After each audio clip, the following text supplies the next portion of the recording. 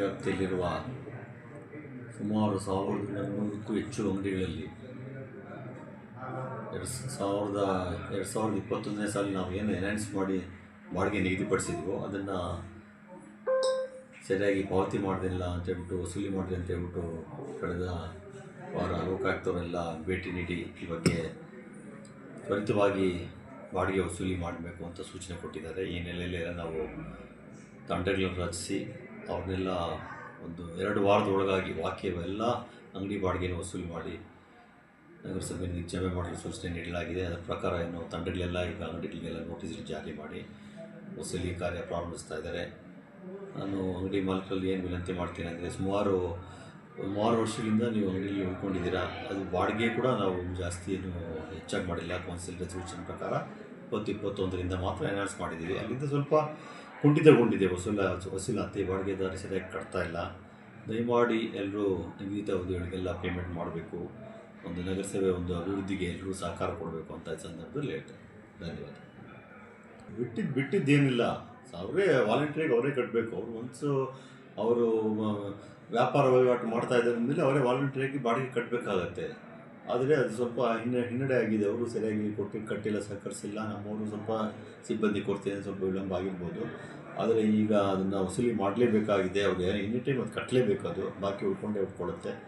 ಅವರೆಲ್ಲ ಸಹಕಾರ ಕೊಟ್ಟು ಇಮಿಡಿಯೇಟಾಗಿ ಬಾಡಿಗೆ ಕಟ್ಟುವಂಥ ವ್ಯವಸ್ಥೆ ಮಾಡಬೇಕಾಗುತ್ತೆ. ಸರ್, ಒಬ್ಬೊಬ್ಬರು 5 ಲಕ್ಷ 6 ಲಕ್ಷ ಎಲ್ಲ ಇಟ್ಕೊಂಡಿದ್ದಾರೆ. ಅದು ಕಟ್ಟಲೇಬೇಕು. ಅವ್ರು ಬಾಡಿಗೆ ಒಂದು ವಾರದಲ್ಲಿ ಅವ್ರು ಕಟ್ಟಿಲ್ಲ ಅಂದರೆ ನೆಕ್ಸ್ಟ್ ನಿಮ್ದು ಸ್ಟೆಪ್ ದಿನ ಟೈಮ್ ಕೊಟ್ಟಿವಿ. 15 ದಿನದೊಳಗಾಗಿ ಎಲ್ಲ ಕ್ಲಿಯರ್ ಮಾಡಬೇಕು.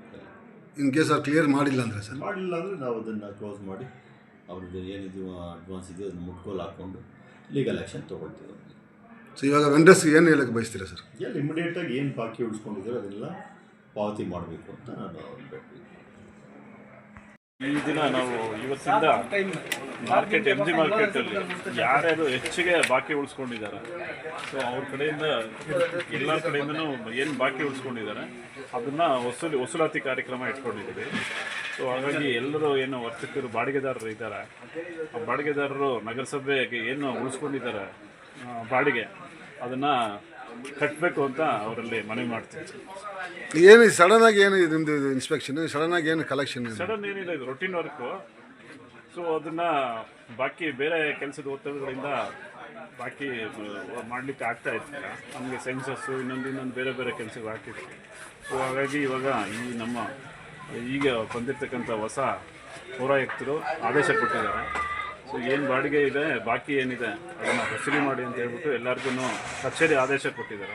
ಸೊ ಅದರಂತೆ ಕ್ರಮ ವಹಿಸ್ತಾ ಇದೆ ಸರ್.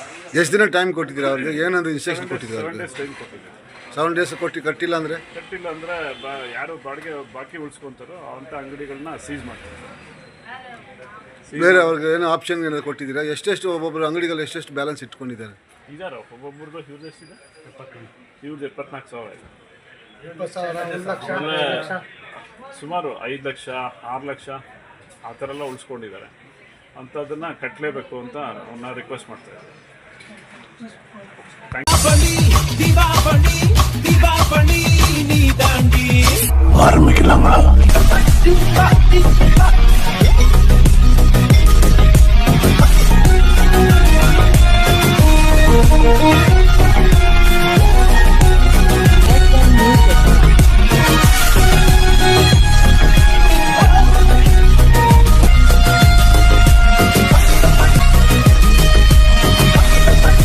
தரம் என்றும் நிரந்தரம், தரம் என்றும் நிரந்தரம், தரம் என்றும் நிரந்தரம். வாங்க.